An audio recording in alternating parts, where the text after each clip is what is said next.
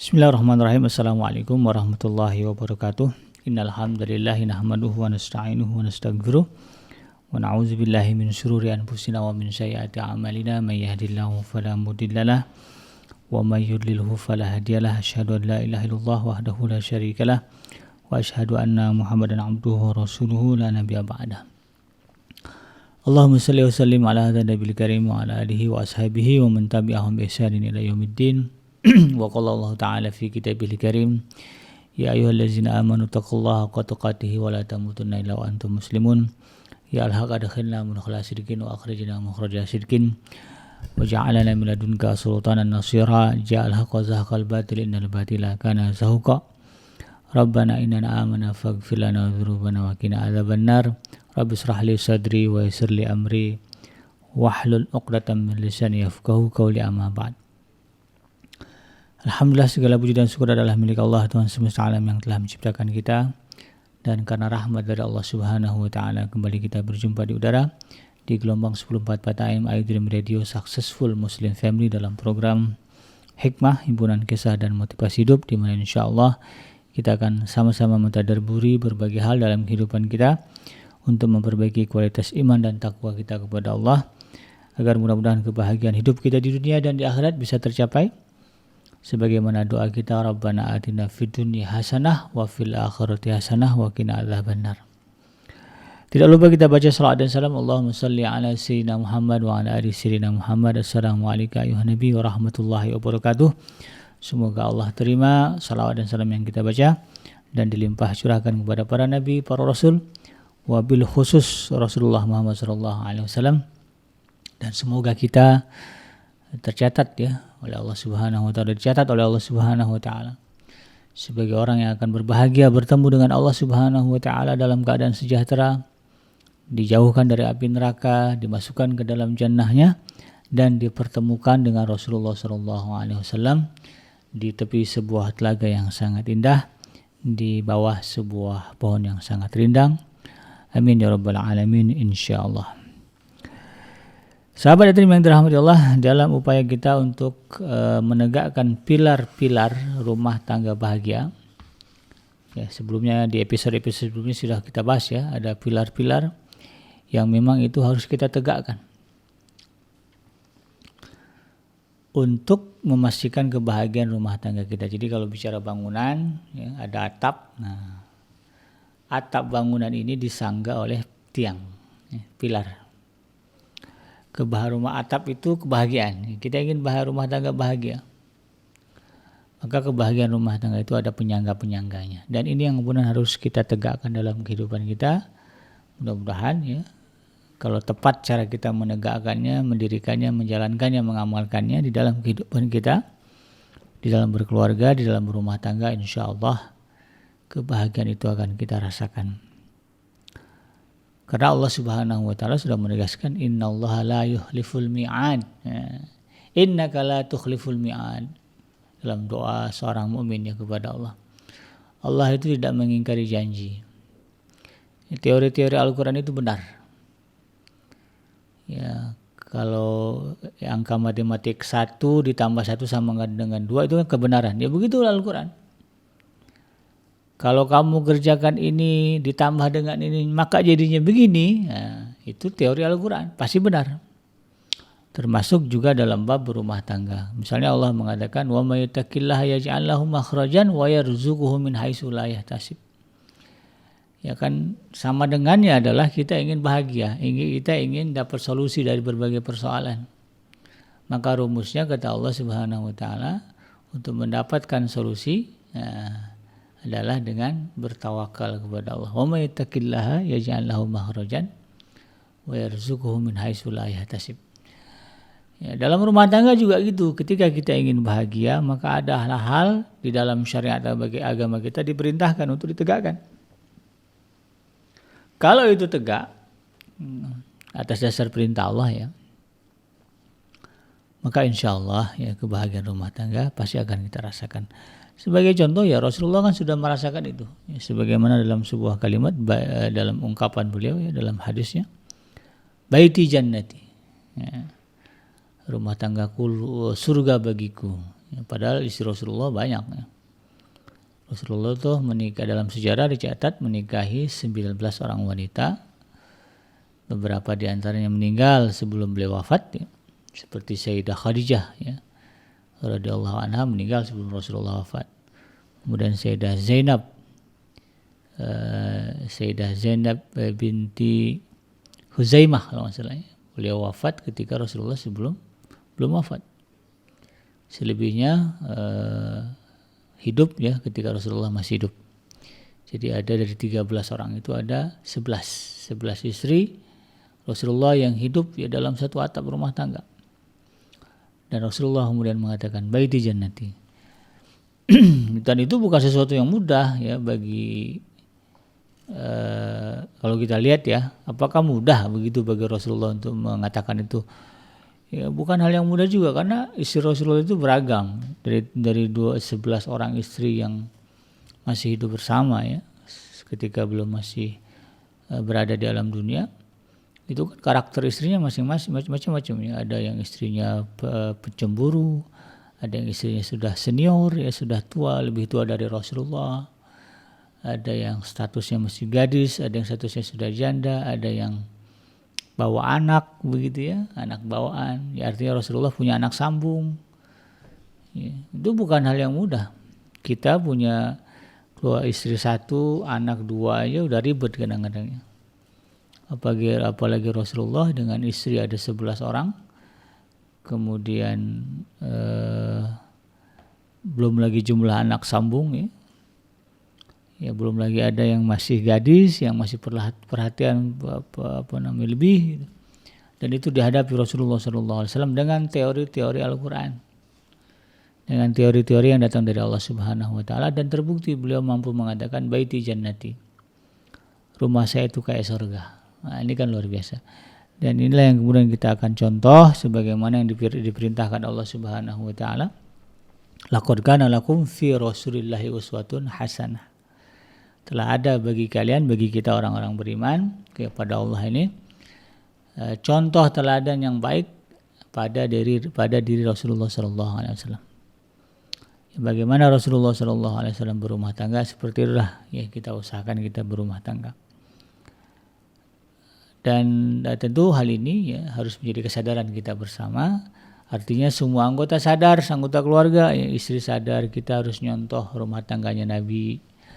Anak-anak harus sadar kita harus mencontohi rumah tangga Nabi. Mertua, orang tua juga harus sadar, ya, rumah tangga mereka harus mencontohi rumah tangga Nabi.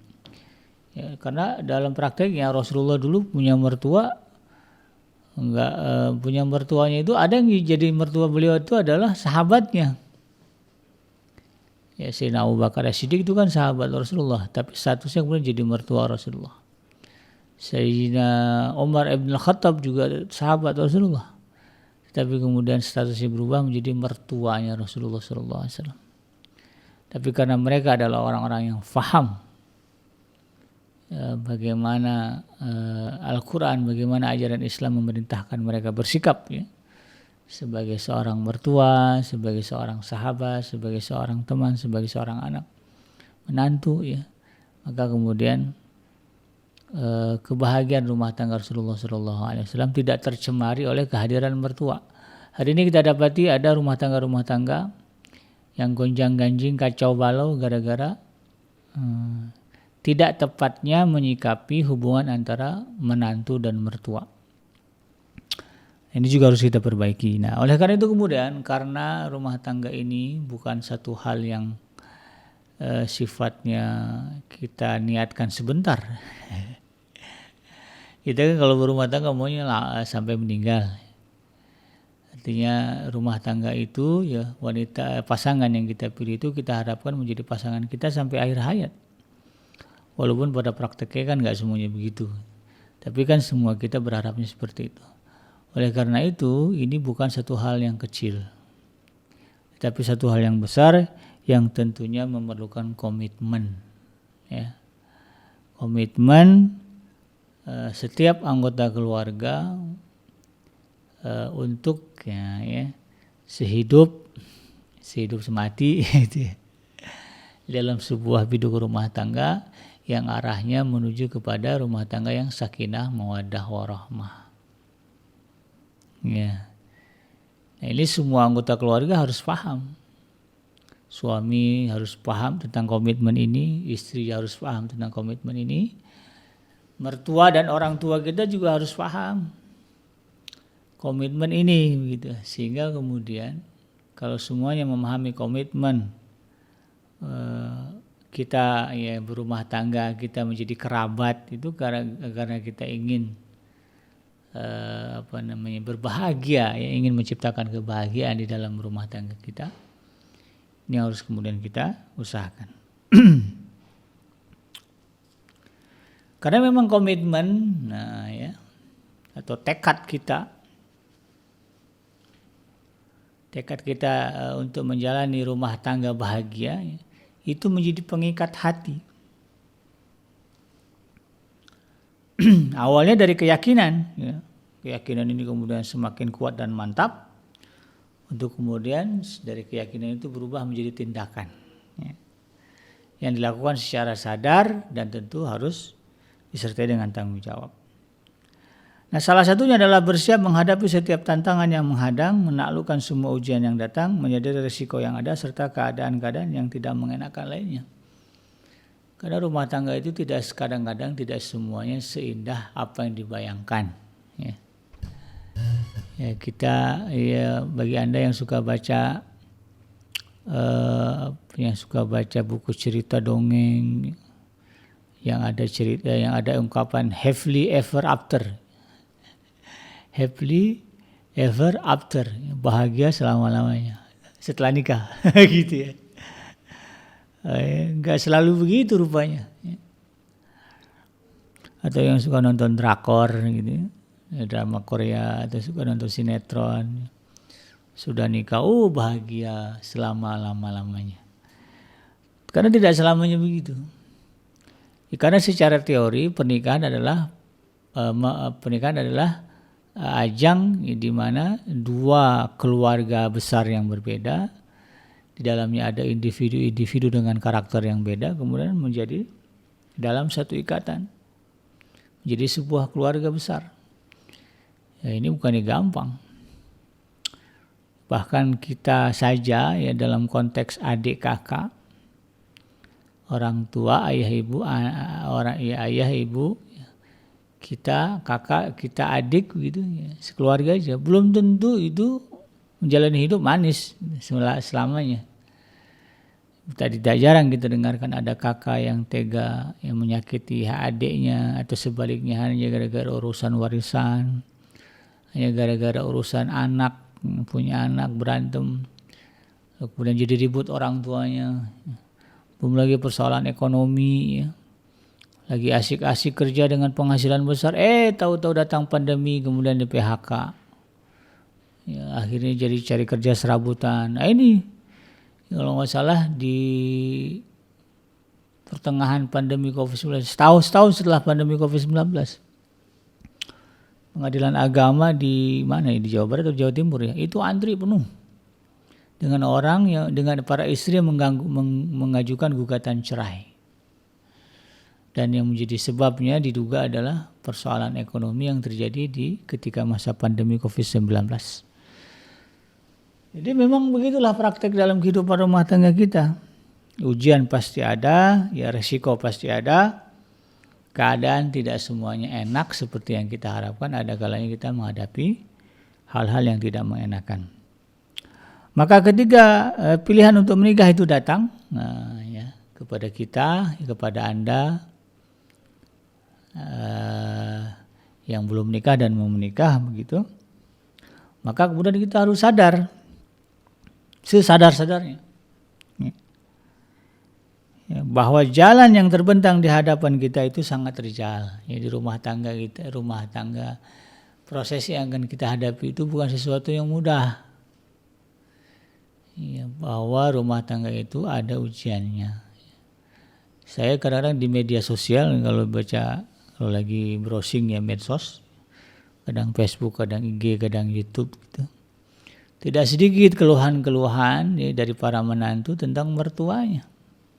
Ini pas liburan Lebaran kemarin, ya. Ada menantu-menantu yang merasa dijadikan pembantu ketika acara pulang kampung dan berkumpul dengan keluarga itu. Jadi mertuanya katanya memperlakukannya seperti pembantu gitu ya. Beresin cucian piring, beresin kain kotor, Masya Allah. Ada yang mengeluhkan itu. Dan itu semua kembali kepada kita dan itu bagian dari realita kehidupan. Ya, mau kita anggap sebagai sesuatu yang menyiksa atau sesuatu yang membahagiakan kembali kepada kita. Karena interaksi itu akan pasti ada ya. Jadi sadari bahwa rumah tangga yang akan kita hadapi belum tentu seindah dan semulus yang kita bayangkan. Mentality itu harus kita persiapkan supaya kalau terjadi kita tidak down, tidak turun, tidak putus asa, tidak kemudian patah arang gitu ya, berbalik tetapi kemudian ini membuat kita menjadi lebih siap. Nah, ini bagian dari sebuah komitmen ya, karena memang dalam rumah tangga ada aja ya, ada saja hal-hal yang bisa jadi mendatangkan kesedihan ya. Kadang-kadang sebetulnya nggak perlu disedihkan tapi karena mispersepsi, miskomunikasi jadi sedih. Suami pulang telat gitu ya. Istri kemudian berpikir yang tidak-tidak, lalu kemudian bersedih sendiri. Nah, padahal suaminya lagi di jalan kena macet. Handphone baterainya habis. Istrinya mikirnya ada macam-macam. Akhirnya sedih sendiri di kasur.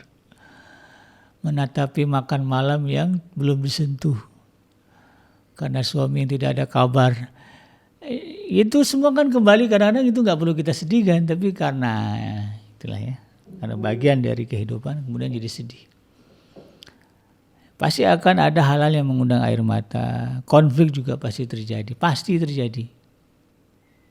Konflik dalam artian ya bagaimana ini ya, bagaimana kita menilai. Nggak konflik sama istri bisa jadi konflik sama mertua. Sama mertua aman nih, bisa jadi sama ipar. Sama ipar nggak konflik, sama mertua damai gitu ya. Sama istri juga nggak pernah ribut. Tahu-tahu datang kemudian paman, kerabat dari saudara kita dan kemudian muncul konflik. Bahkan masalah pendidikan, nanti punya anak harus sekolah atau mungkin ada yang suaminya mau kuliah lagi, istrinya mau kuliah lagi, ya itu kan jadi masalah kadang-kadang. Finansial ya, keuangan ya, kehadiran orang-orang yang ada di sekitar rumah tangga kita, tetangga, saudara ya, belum lagi keinginan berkarir ya bagi istri misalnya ya, jadi hari ini Anda yang akan menikah kemudian berpikir saya ingin jadi wanita karir, tanya dulu ke suami, boleh nggak calon suami, saya nanti kalau setelah nikah mau begini-gini boleh nggak itu. Bisa jadi diiyakan awalnya, kesananya jadi enggak. Gitu. Yang kayak itu yang kemudian akan menimbulkan persoalan.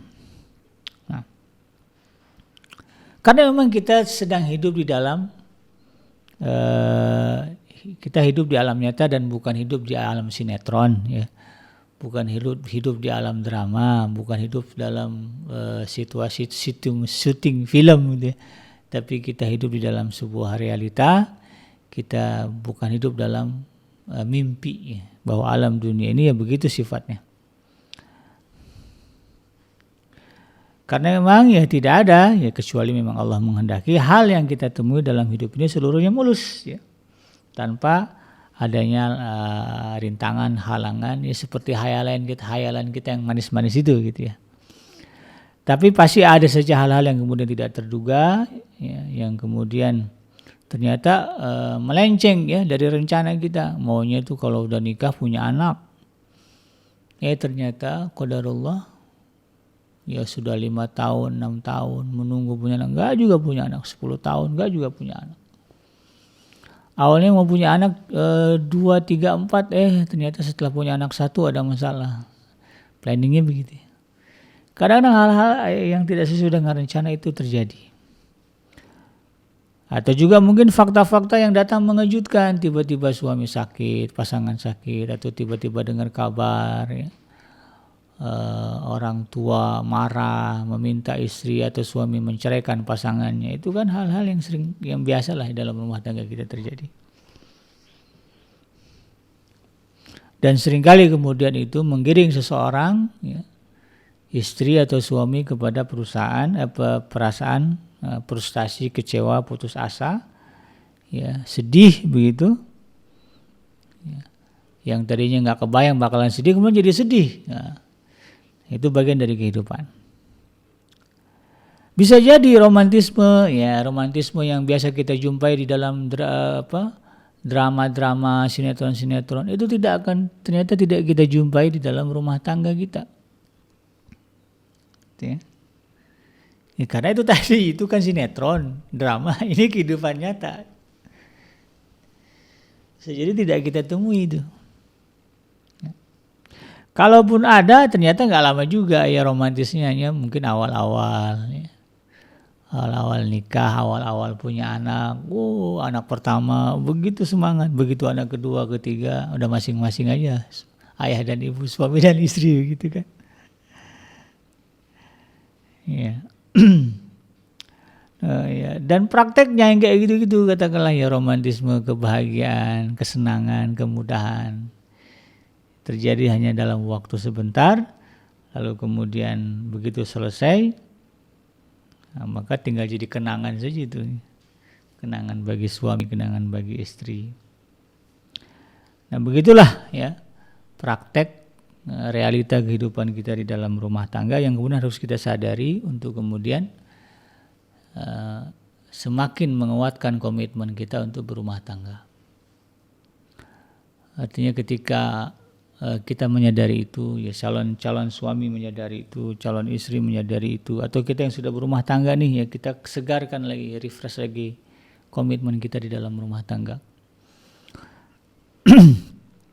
Bahwa yang saya hadapi ini realita, kenyataan. Bahwa yang saya hadapi ini adalah manusia dengan segala karakter, dengan segala keinginan, dengan segala ilmu pengetahuan yang beragam.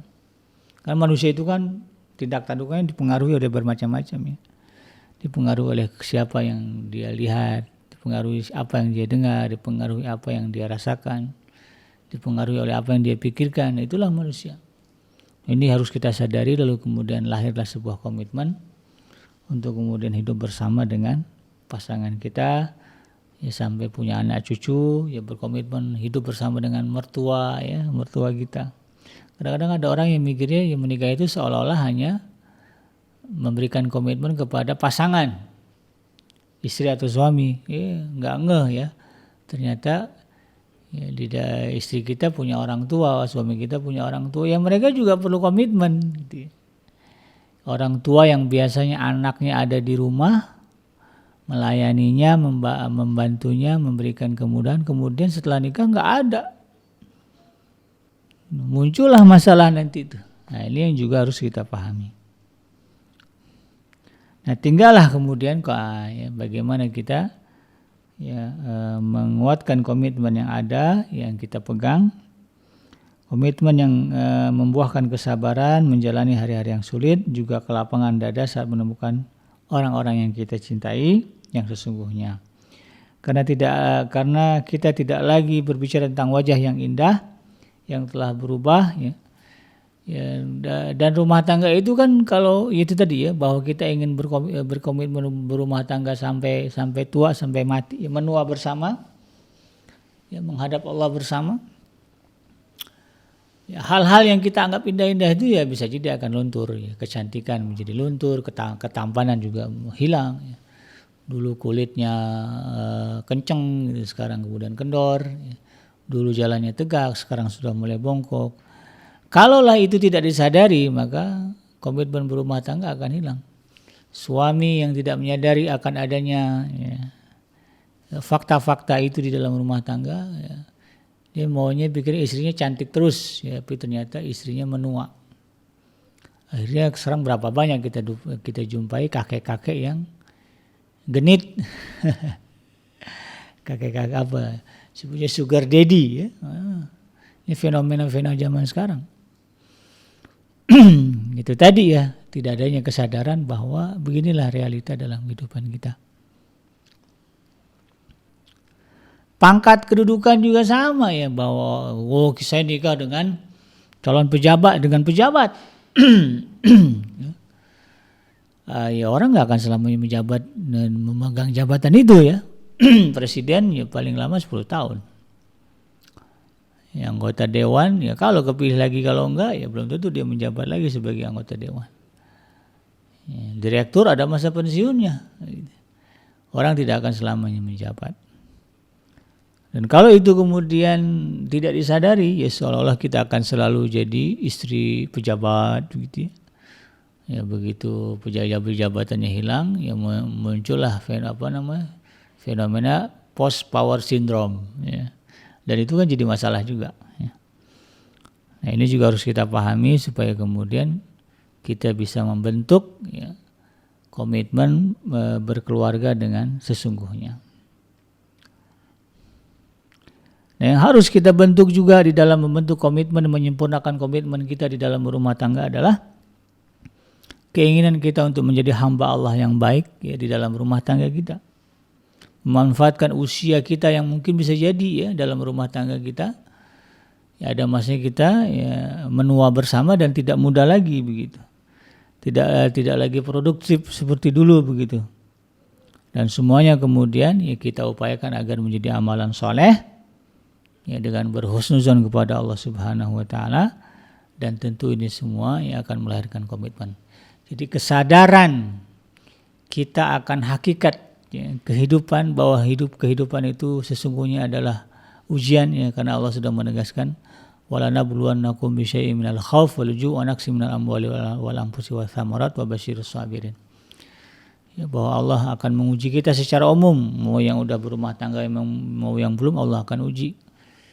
Nah, yang berumah tangga ya apalagi ya, karena dia menyatukan dua manusia yang berbeda. Ya, Allah sudah menegaskan di dalam Al-Quran ya, dalam surah Al-Mulk, allazi khalaqal mauta wal hayata liyabluwakum ayyukum ahsanu amala. Hidup dan mati ini adalah ujian siapa di antara kita yang merupakan hamba Allah yang baik. Maka kita harus sadar ini ya, bahwa rumah tangga itu berlandaskan ya kesadaran akan adanya ujian-ujian yang datang, kemudian juga kita sadari realita ya di dalam rumah tangga itu akan ada perubahan ya, bahwa kita akan menua, yang jabatan akan hilang, kekayaan bisa jadi juga akan hilang. Ini kita sadari, lalu kemudian juga kita pahami ya, bahwa yang terbaik dari itu semua adalah bagaimana ya dengan berumah tangga ini kita menjadi hamba Allah yang baik ya, karena separuh dari urusan agama itu ya, dirasakan oleh manusia ketika dia sudah menikah. Sebelum menikah urusan agamanya baru separuh, tapi udah begitu menikah baru sempurna ya. Nah, ini yang harus kemudian dipahami. Maka insya Allah ya kesadaran-kesadaran akan itu akan melahirkan sebuah komitmen yang kuat, menyempurnakannya di dalam interaksi kita sebagai sebuah keluarga untuk menuju keluarga yang berbahagia. Anda yang bersatu sebagai suami ya berkomitmenlah untuk kemudian menjadi kepala keluarga yang baik, suami yang baik, ayah yang baik. Sedangkan para istri juga harus punya komitmen yang sama untuk menjadi pendamping suami yang baik, yang setia. Ya juga kalau punya anak nanti jadi ibu yang baik bagi anak. Ada tugas yang dikerjakan dengan sebaik-baiknya. Suami juga sama, ya ada tugas untuk suami. Yang wajib adalah mencari nafkah untuk keluarga. Komitmen ini harus ada, ya, karena banyak rumah tangga yang pecah gara-gara komitmen ini tidak tegak ya. Si suami ternyata tidak memegang komitmen untuk mencari nafkah. Mentang-mentang istrinya punya harta, mentang-mentang istrinya punya jabatan, kemudian suaminya tidak mau mencari nafkah. Akhirnya jadi masalah ya. Nah, ini juga harus ditegaskan, ya, calon istri harus menegaskan ya kepada calon suami, Kakanda nanti kalau sudah nikah ya, Kakanda akan menafkahi Adinda gitu. Maka komitmen ini bagaimana? Kakanda berjanji bersedia gitu ya, untuk kemudian memastikan nafkah untuk adinda, ya kalau nanti punya anak, ada anak kita, itu semuanya bisa dipenuhi. Ya, tanya itu ya. Orang calon mertua ya, calon mertua harus menanya itu kepada menantu. Ananda gitu ya. Ananda kan mau menikahi anak bapak nih ya. Apakah Ananda sadari bahwa setelah Ananda nanti menikah ada kewajiban untuk mencari nafkah, yang memenuhi nafkah kebutuhan jiwa dan raga bagi anak saya ini. Nah, kira-kira gimana kan gitu. Nah, ini juga harus kemudian kita pahami. Nah, terlebih persoalan agama bahwa kita ingin melahirkan anak-anak yang soleh, maka komitmen untuk mengaji juga ya, untuk memperdalami agama juga harus ada dan harus kuat. Ya, dan semua ini harus diketahui oleh masing-masing. Istri harus tahu bahwa suami punya komitmen, suami juga harus tahu bahwa istri punya komitmen. Ya, maka kemudian ya sepakat atas komitmen masing-masing. Kalau terjadi pelanggaran, nggak ada yang saling menyalahkan. Tapi sadar, oh iya saya kan dulu sudah berkomitmen ya mau mencari nafkah untuk istri. Lalu kemudian sekarang ada masalah gini-gini, ya gimana caranya? Jangan, kan yang bikin ribut di dalam rumah tangga itu yaitu tadi ya, saling menyalahkan. Terjadi masalah dengan orang tua atau dengan menantu, dengan mertua, maka kemudian suami istri saling menyalahkan. Nah, kenapa bisa saling menyalahkan? Nah, itu tadi. Karena di awalnya tidak punya tidak terang-terangan terkait dengan komitmen masing-masing. Ini harus dipahami. Ini untuk menyempurnakan ya kebahagiaan rumah tangga.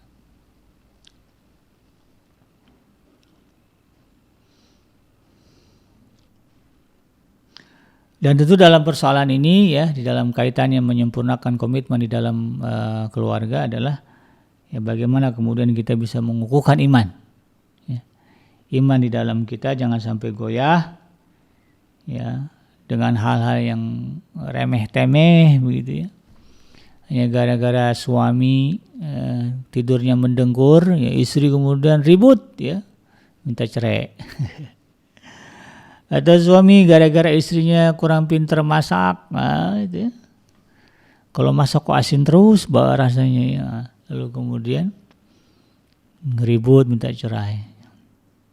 Ini juga harus kemudian kita harus pahami. Jangan kemudian goyah ya, hanya gara urusan yang remeh-temeh. Dan iman ini harus kuat. Karena itu tadi ya, ujian di dalam rumah tangga ini besar. Ya, ujian dalam rumah tangga ini besar. Kalau iman tidak kuat, ya, nauzubillah ya, jangan sampai ya bisa jadi kemudian akan terjerumus ke dalam dosa dan kemaksiatan yang besar. Berapa banyak orang yang sudah punya istri lalu kemudian terjebak ke dalam perselingkuhan. Berapa banyak wanita yang sudah punya suami tetapi kemudian terjebak dalam kemaksiatan, ya, perzinahan, perselingkuhan. Nauzubillah ya. Dan itu semua ujungnya adalah keporak-porandaan, kekacau balauan dalam rumah tangga. Ya. Nah, ini kemudian harus kita pahami bahwa konsekuensi yang menguatkan iman ini harus kita pahami. Supaya apa? Ya supaya rumah tangga kita kemudian tidak pecah, tapi tetap utuh selama dalam kehidupan kita.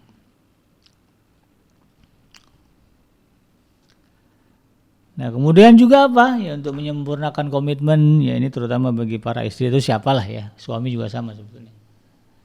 Ya cerewet terhadap hal-hal yang remeh-temeh yang tidak substansial jangan dibesarkan, jangan dilakukan. Ya. Kadang-kadang hal-hal yang remeh-temeh itu dicerewetkan jadi masalah. Ya ini disinilah konteks kita harus saling memahami ya. Memahami ya. Kemudian juga disinilah kemudian komitmen untuk saling menjaga, ya, saling peduli. Ya. Ya, kalau ada hal-hal kecil, ya, Yang istri lupa, suami yang menyelesaikannya. Atau ada hal-hal kecil yang suami lupa, istri yang membereskannya. Jangan kemudian jadi bahan apa namanya? Bahan untuk membebel, bahan untuk cerewet ya. Ini enggak substansial. Tapi kalau udah urusan agama, suami udah mulai ngikut ajaran sesat, nah itu baru cerewetin tuh ya. Suaminya udah mulai nyerempet-nyerempet ke arah perzinahan, ya perselingkuhan, baru dicerewetin. Kalau cuman suami lupa ya naruh anduk di tempat kain di tempatnya, jangan jadi cerewetan. Suami lupa gitu ya, kalau habis makan harus taruh piring di wastafel gitu ya. Aturannya jadi usah dicerewet-cerewetkan lah kayak gitu. Ya. Ini harus kita saling melengkapi dan menyempurnakan. Karena itulah tujuan kita berumah tangga ya, saling menjaga. Ini saling ya, bukan hanya istri menjaga suami atau suami menjaga istri, tapi kita bahu-membahu mau menyempurnakan kekurangan masing-masing. Dan satu lagi komitmen yang harus kita pahami dan kita sempurnakan, adanya masa di mana kita jenuh dan bosan. Ya. Bahwa rumah tangga yang kita hadapi ya, apalagi dengan tujuan bahwa kita ingin menua bersama ya, mati bersama begitu ya, kalau umurnya panjang kan lama itu ya. Ada kalanya kemudian kita merasa lelah, lemah dan bosan di dalam menghadapi berbagai hal dalam kehidupan rumah tangga, terutama yang kayak gini-gini karena keributan ya. Tapi ada juga orang yang banyaknya kesenangan malah bosan juga ya. Bosan dengan kesenangan gitu. Akhirnya kemudian cari perbedaan, terjerumus ke dalam kemaksiatan. Nah, ini kemudian kita harus pahami ya, bagaimana kita kemudian bisa menyingkirkan, mengatasi masalah kebosanan di dalam berumah tangga, kejenuhan di dalam berumah tangga. Nah, oleh karena itu kemudian ya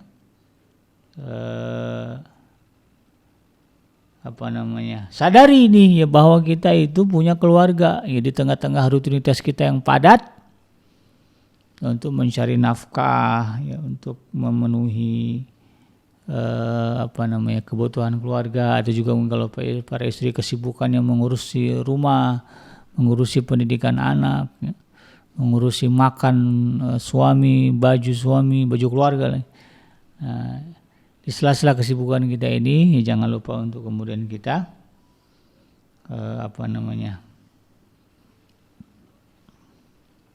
untuk sedikit bersenang-senang ya, merasakan sesuatu suasana yang berbeda ya, dalam konteks menghibur diri. Maka di sini kemudian suami jangan mengabaikan ya, bahwa istri kita perlu refreshing ya, perlu liburan, perlu diajak jalan bersama, makan bareng ya, nggak usah jauh-jauh lah ya, ke kafe di depan gang nggak apa-apa. Makan bakso bareng-bareng ya. Itu bagian dari cara kita atau ngajak ngaji bareng. Sepekan sekali ya, suami istri olahraga bersama supaya kemudian tidak jenuh.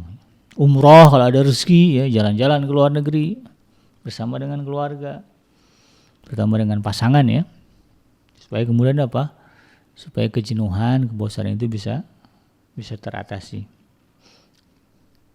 dan kemudian kita juga menjadi semangat ya, fresh.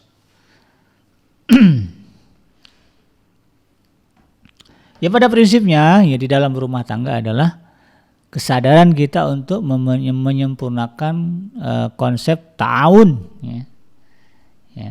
At-ta'awun 'alal birri wat taqwa ya, karena itu kan perintah Allah ya. Ta'awanu 'alal birri wat taqwa wa la ta'awanu 'alal itsmi wal 'udwan. Ya, saling mendukunglah kalian, saling support, saling membantu dalam urusan albir wa taqwa, dalam urusan kebaikan dan takwa. Kebaikan itu kan general. Apa saja kalau menyenangkan perasaan ya, orang lain itu kebaikan.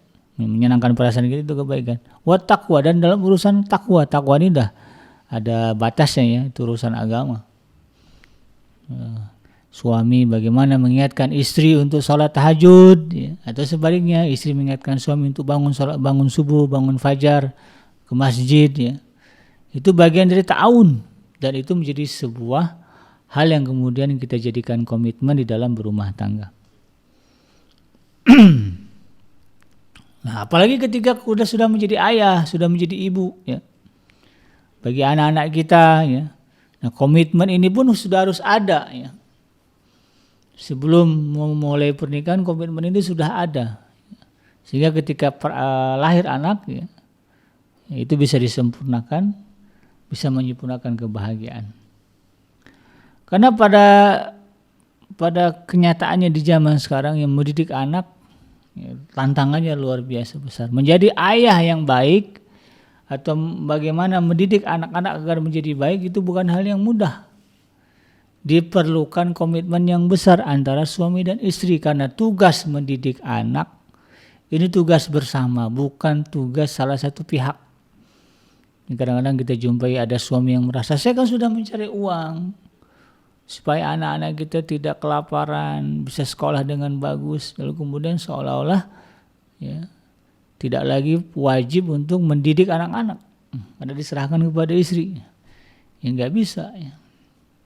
Tetap ada poin-poin, ada bagian-bagian yang suami kemudian harus turun, ya, sebagai seorang ayah, ya, bukan hanya sekedar pencari nafkah, tetapi ada sisi di mana kemudian dia menyadari bahwa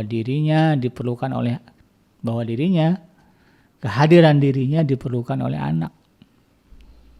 Ini juga harus kemudian kita perjelas, ya, antara masing-masing. Jadi istri, ya, tanyalah sama calon suami, abang, ya, kakanda, kalau nanti kita punya anak mau berapa? Nanti kalau lahir anak, bagaimana pembagian tugasnya? Gitu. Udah jauh ceritanya. Bagus itu. Jadi kemudian kita punya gambaran. Dan komitmen ini sangat menentukan, ya, di dalam mewujudkan rumah tangga bahagia, karena adanya anak-anak remaja yang bermasalah pada hari ini itu karena persoalan komitmen ayah dan ibu mereka. Ya. Lemahnya komitmen antara ayah dan ibu atau suami dan istri menyebabkan anak-anak hari ini, ya, ada yang terjerumus ke dalam pergaulan seks bebas, ya. Ada yang terjerumus ke dalam narkoba, ya. Ada yang terjerumus ke dalam penyimpangan seksual, ya, menjadi homoseksual, menjadi lesbian, ya. Ada kemudian memutuskan untuk merubah jenis kelamin, ya. Dari laki-laki jadi perempuan, dari perempuan mau jadi laki-laki. Itu semua karena lemahnya, tidak sempurnanya komitmen ayah dan ibu mereka. Bahwa setiap pernikahan itu melahirkan konsekuensi, salah satunya adalah adanya anak. Ini juga harus dibahas, harus diperkuat, harus disempurnakan. Ya. Jangan kemudian dianggap itu mah gimana nanti. Ya tidak bisa. Harus diperjelas. Ya, sudah ada gambaran dan sudah ada bayangan. Nah, kalau ini kemudian, ya, tidak disadari oleh umat Islam, khawatirnya, ya, dalam konteks sebagai sebuah umat, ya, maka kemudian ini akan menjadi gunung es, ya, dan kemudian satu saat nanti mencair dan menyebabkan masalah bagi umat Islam. Ya. Kita ingin umat Islam itu kuat, ya, karena dengan kuatnya umat Islam, insya Allah kemaslahatan individu dan keluarga di dalam komunitas itu akan terjaga. Tapi kalau Islam itu kemudian menjadi lemah, ajaran Islam menjadi lemah, tidak ditegakkan, tidak diamalkan, maka kemudian bisa jadi, ya, akan ada masalah yang muncul, ya, karena umat Islam itu akan selalu diincar, ya, oleh umat-umat lain. Ya, sekarang kan sudah terbukti juga, sudah terlihat. Maka oleh karena itu sahabat hadirin yang dirahmati Allah, ya, ya, sadari betul bahwa anak-anak, ya, anak-anak adalah amanah dari Allah Subhanahu wa taala, ya, dan ketika kita sudah menjadi seorang ayah, maka sempurnakan komitmen itu dengan baik. dengan menyadari bahwa anak adalah amanah dari Allah, bahwa anak ini bisa mendatangkan kesusahan dan kesenangan, ya. Dan itu tergantung kepada kita mengurusnya. Bahwa anak ini adalah tanggung jawab bersama, ya, antara saya sebagai ayah dengan istri sebagai ibunya. Jangan kemudian ya komitmen itu, tanggung jawab itu alihkan ke salah satunya saja. Ada urusan anak, urusan bapaknya atau urusan ibunya, nggak bisa. Urusan anak adalah urusan ayah dan ibu. Urusan kita sebagai suami, urusan kita sebagai istri.